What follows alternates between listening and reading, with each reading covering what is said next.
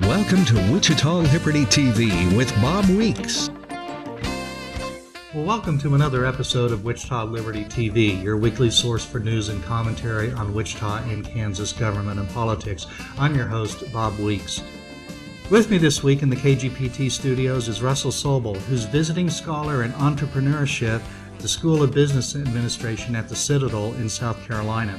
Dr. Sobel has co-authored or authored over 150 books and articles, including a nationally best-selling college Principles of Economics textbook. I actually own that. I meant to bring it in, but I forgot that. But his research has also been featured in the New York Times, the Wall Street Journal, the Washington Post, U.S. News and World Report, and the Economist magazine. Dr. Sobel's in here in Wichita this week to speak at a couple of events, and he agreed to stop by the KGPT studios for a few moments. So thank you, Dr. Sobel, and welcome to Wichita. Bob, thanks so much for having me.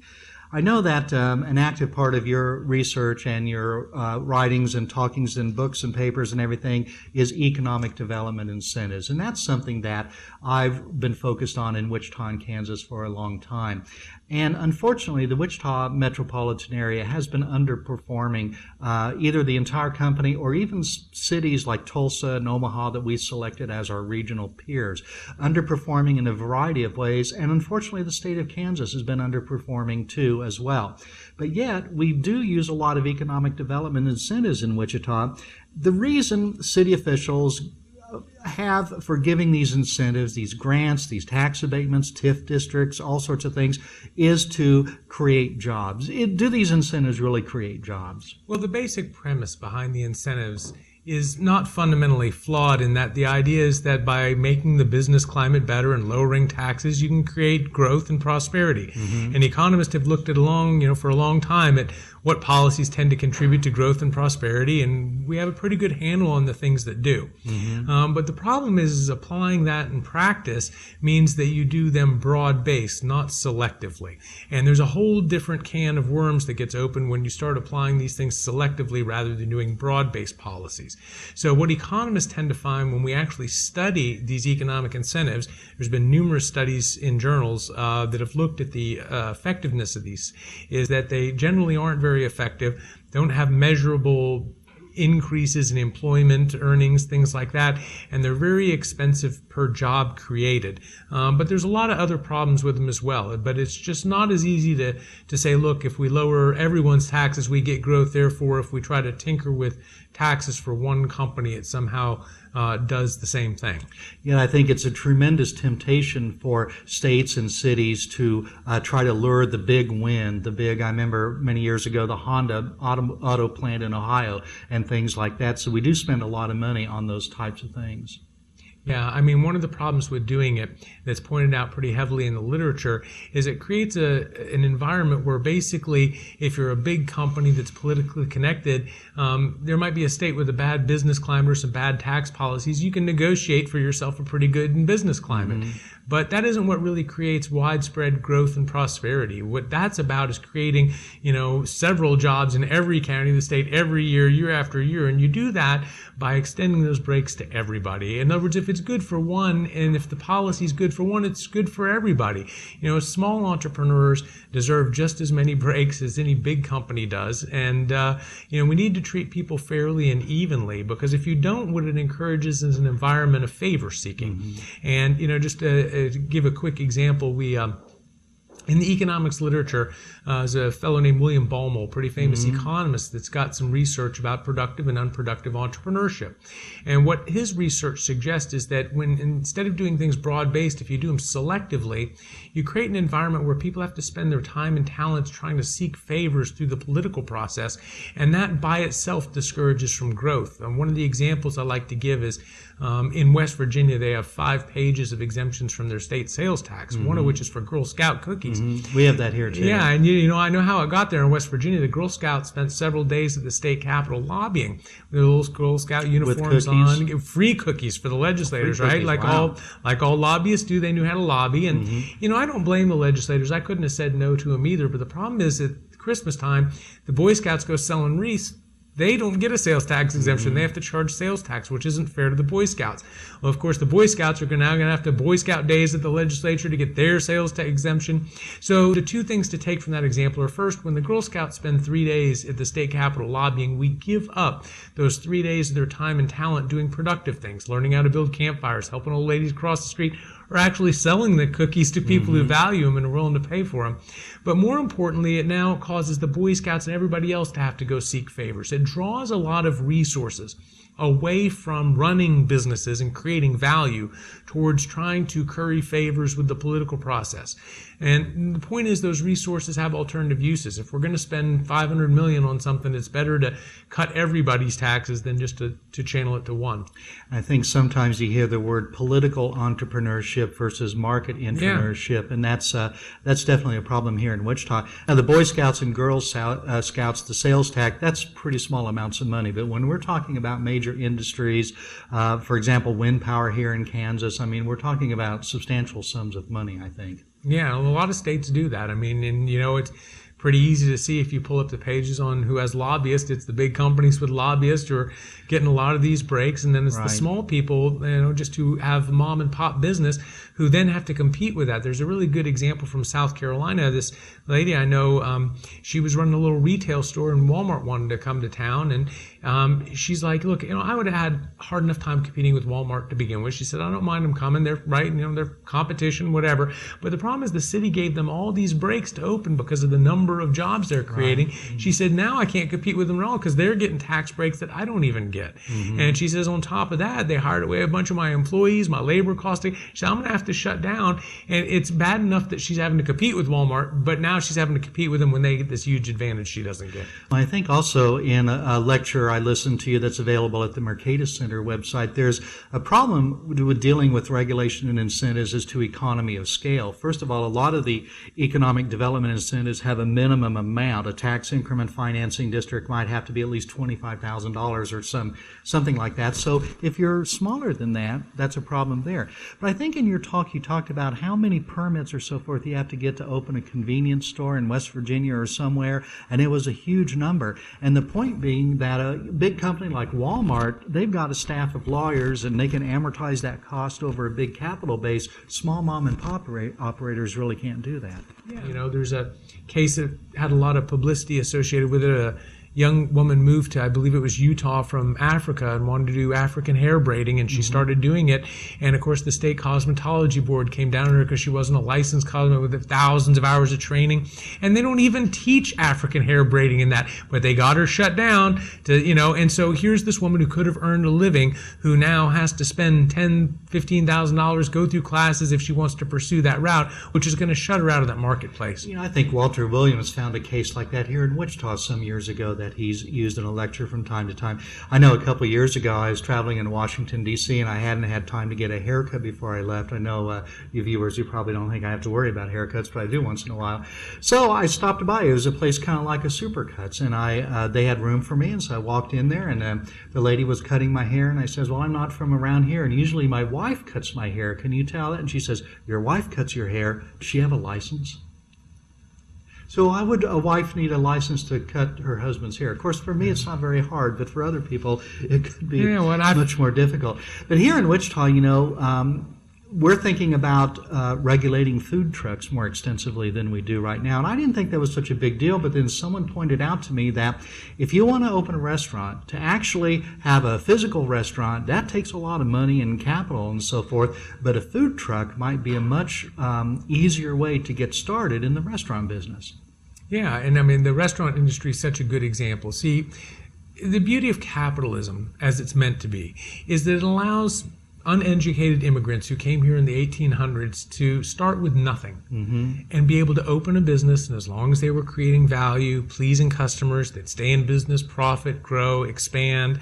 And it was an open economy where people could experiment. And we turned it more and more into an economy where that's no longer the case, where you can't, gone are the days where you could bake cookies in your oven and sell them. You're not satisfying all the OSHA and FDA requirements for whatever. There's even some cities across the U.S. who've cracked down on kids' lemonade stands. Yeah. I mean, if you think about it, these kids are brewing it at home, selling it for public consumption, and that violates tons of food and safety laws. Yeah. And that's, it's a question of how we want to structure the economy in America. Do we want something where people have freedom and opportunity? Or do we want something where we don't, to protect everybody? And the important thing to remember is that we have a legal system, a liability code, where if somebody does make a defective product and hurt somebody, that's what the court system's all about. Yeah.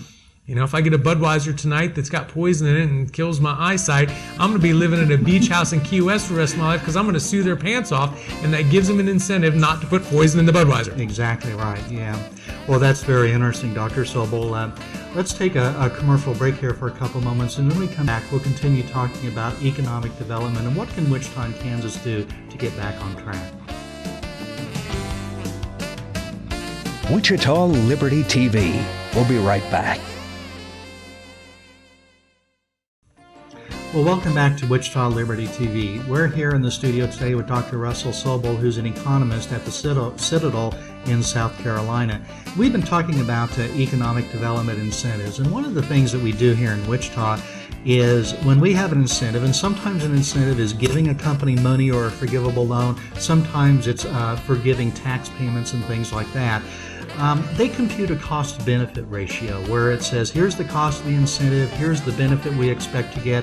If it's above a certain threshold, then we feel it's profitable to do that, and we do it almost always. Is there a fallacy or anything wrong with that line of reasoning? Well, there's two important points to discuss with regard to that. First off is if we take it at face value that it's true, then that bolsters the argument for doing broad-based and giving it to everybody. Imagine the return, if that's true, to do that for every business in Kansas. Lower the taxes for everybody, right? So, but the problem is a lot of those studies that are not academic, more done by the research centers, don't always do a great job of taking into account what Frederick Bastiat, a famous economist, would say is the unseen effects of the policy. Like, let me give you an example. Often, we count up the number of jobs created per dollar spent. Well, say there's, I'm just going to make up numbers, 150 jobs created, and we calculate some ratio based on that. What if, 140 of those people already have jobs in Wichita, right? Well, do we need to subtract those away and it's only 10 net jobs? Most studies won't do that. They only look at the seen, the big effect.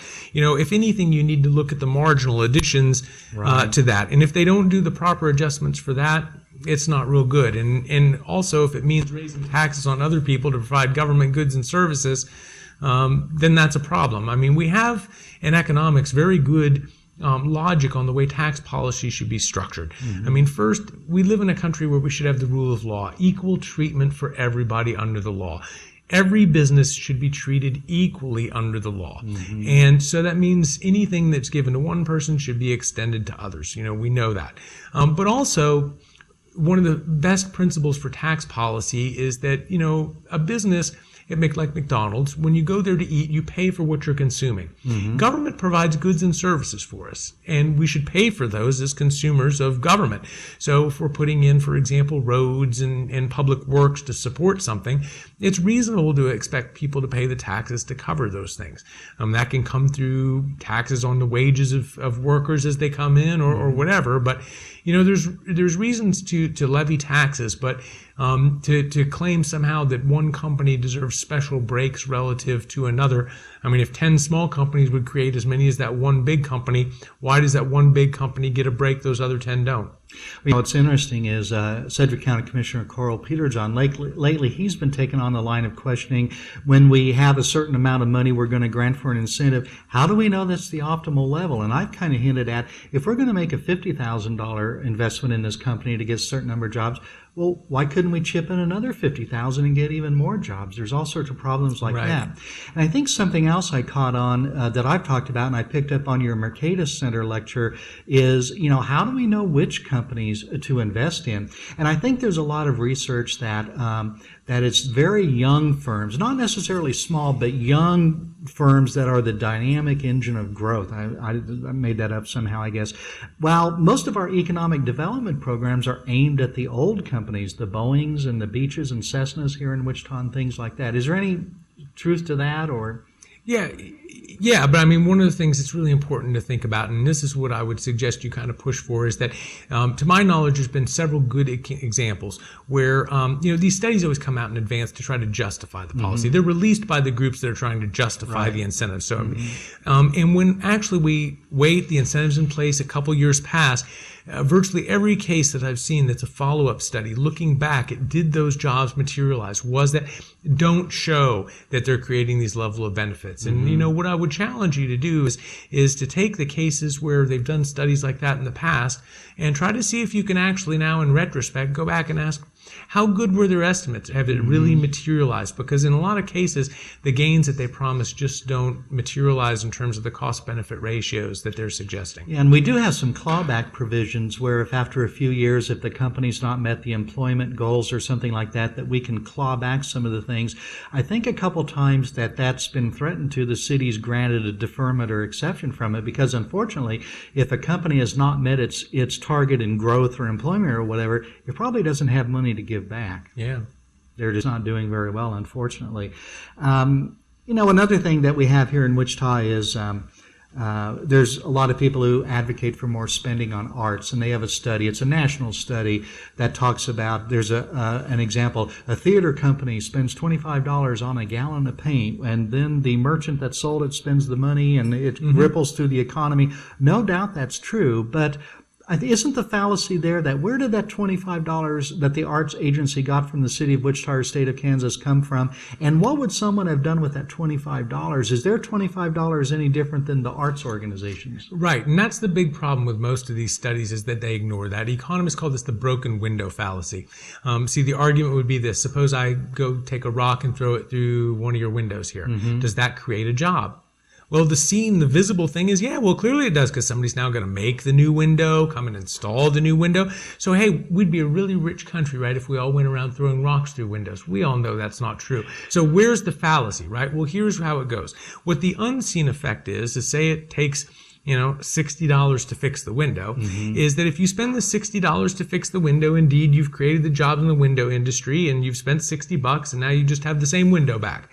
But had you not had to fix the window, where would the $60 have gone? You would have spent it maybe on a new pair of shoes or a new coat, creating the same number of jobs as it created in the other case. So the total number of jobs is the same whether you spend it on the window or spend it on a coat or a pair of shoes.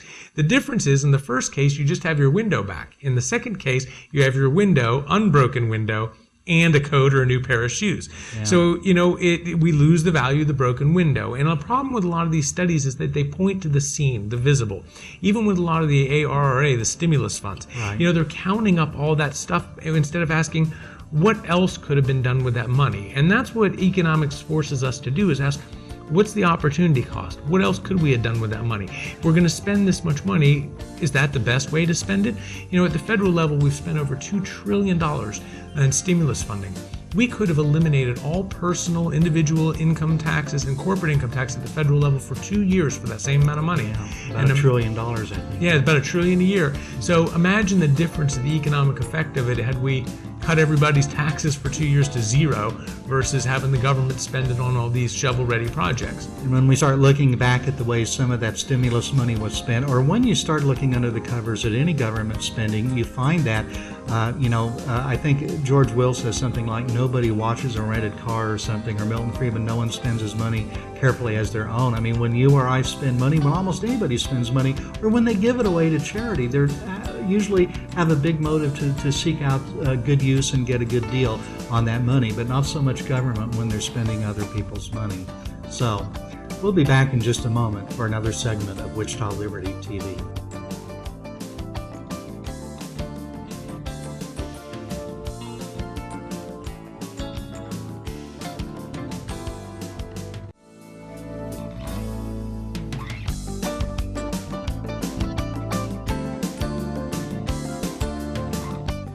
Well, welcome back to Wichita Liberty TV. In the studio today is Dr. Russ Sobel of the Citadel in South Carolina, an economist. And Dr. Sobel, something that you've written is a paper called Do Intergovernmental Grants Create Ratchets in State and Local Taxes? And that's a big mouthful there.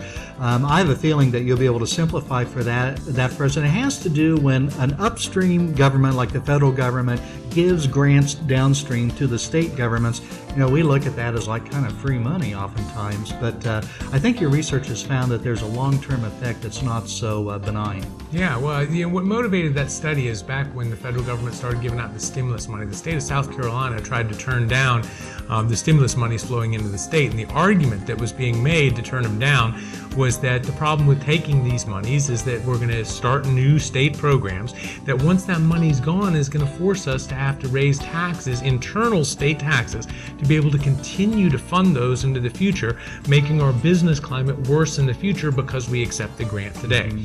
So that was in the fodder in the kind of media over that, and I was interested to see if that was true. So with a co-author, what I did is we collected this large time series data on federal government grants to the states for all 50 states going back in time, and we simply asked the question: if a state gets a grant in year T, this year, what's the effect, not on this year's tag or whatever, but say we look 5 years down the road or whatever, a couple years down the road, once that grant's gone, do states end up having to raise internal taxes to continue the funding of those programs? And it kind of really relates to that famous quip, Milton Friedman said it, but other people did too, about nothing is as permanent as a temporary government program. And the problem with these federal grants is they end up starting programs that are very hard to get rid of. Sometimes it's intentional. I mean, some federal grants actually say, we'll cover the first few years of this, then you cover it, for out into the future. I think the expansion of Medicare in the states as part of Obamacare, that kind of falls into that category, doesn't it? Yeah, so I guess what I'm saying is it's not all an unintended consequence. Sometimes the federal grants are actually stipulated that way that forces the states to continue the program once the grant's gone. Long story short, what the results of that paper show is that yes, indeed, pretty much the full amount. That is, if you end up accepting a grant today, if you're a government, the problem is once that grant ends, you're going to be stuck with a program you now need to fund in the future. So the decision about whether to accept the grant isn't like a free lunch. It's, are you willing to accept the consequences of having to fund that program into the future, or are you going to be able to cut it completely to zero? And the evidence doesn't suggest that that's a very easy thing to do based on the experience of the U.S. states. Well, that's interesting. I know our county commissioners, city council members, and others, they say, if we don't take, first of all, it's our money that was taken from us via taxation through the federal government. It's funny they see taxation negative that way, but when their own taxes they think are just great. But anyway, so they say if we don't use this money, some other government's going to use it. Our United States Congressman right here, Mike Pompeo, has introduced legislation whereby if a local unit of government were to turn down a grant, that money would be earmarked for deficit reduction rather than just being sent to some other grant recipient. I don't think that legislation's gone anywhere, unfortunately. No, and the only way to really try to constrain that if you want to accept the grant is basically a promise that you cut internal taxes during the period of the grant by the exact amount of the grant. That is, give the full effect of that grant back to your citizens. If you do that and keep your total spending the same, then into the future, you have to raise the taxes back to where they were, but it's back to where they were before the cuts. I kind of hear, perhaps reading between the lines there, that the level of spending, at least for state and local governments, might even be more important than the level of taxation. Is there any truth to that, or? Yes, there is a lot of truth to that. There's debates about whether spending causes tax or taxes cause spending, and we can talk a little bit about that. But take the case of the federal stimulus money. We've got a large expansion of the size of our federal government over the last decade, about 10% of GDP. And a lot of that was transferred to the states through these intergovernmental grants. It's not just that we now have a permanently bigger federal government. The research suggests that what's going to happen now is we're going to have permanently larger state governments as a share of the economy as a result of this grant-making process as well, which is harmful to growth. I think a lot of those programs, they have maintenance of efforts requirements on the states. So the states couldn't do what you said. They couldn't substitute their own tax money with the federal money. They had to keep spending their own tax money and then accept the federal money on top of that, I think. So, I see that we're about to run out of time for this week, so I'm afraid, Dr. Sobel, we're going to have to wrap it up. But thanks very much for stopping by. On the Wichita TV, Liberty TV website, I'm going to post links to the Unleashing Capitalism website and Dr. Sobel's website, where you can find out more about some of the work that he's done. I think there's even some video presentations there as well. So thanks for watching this week. We'll be back again next week with another episode of Wichita Liberty TV.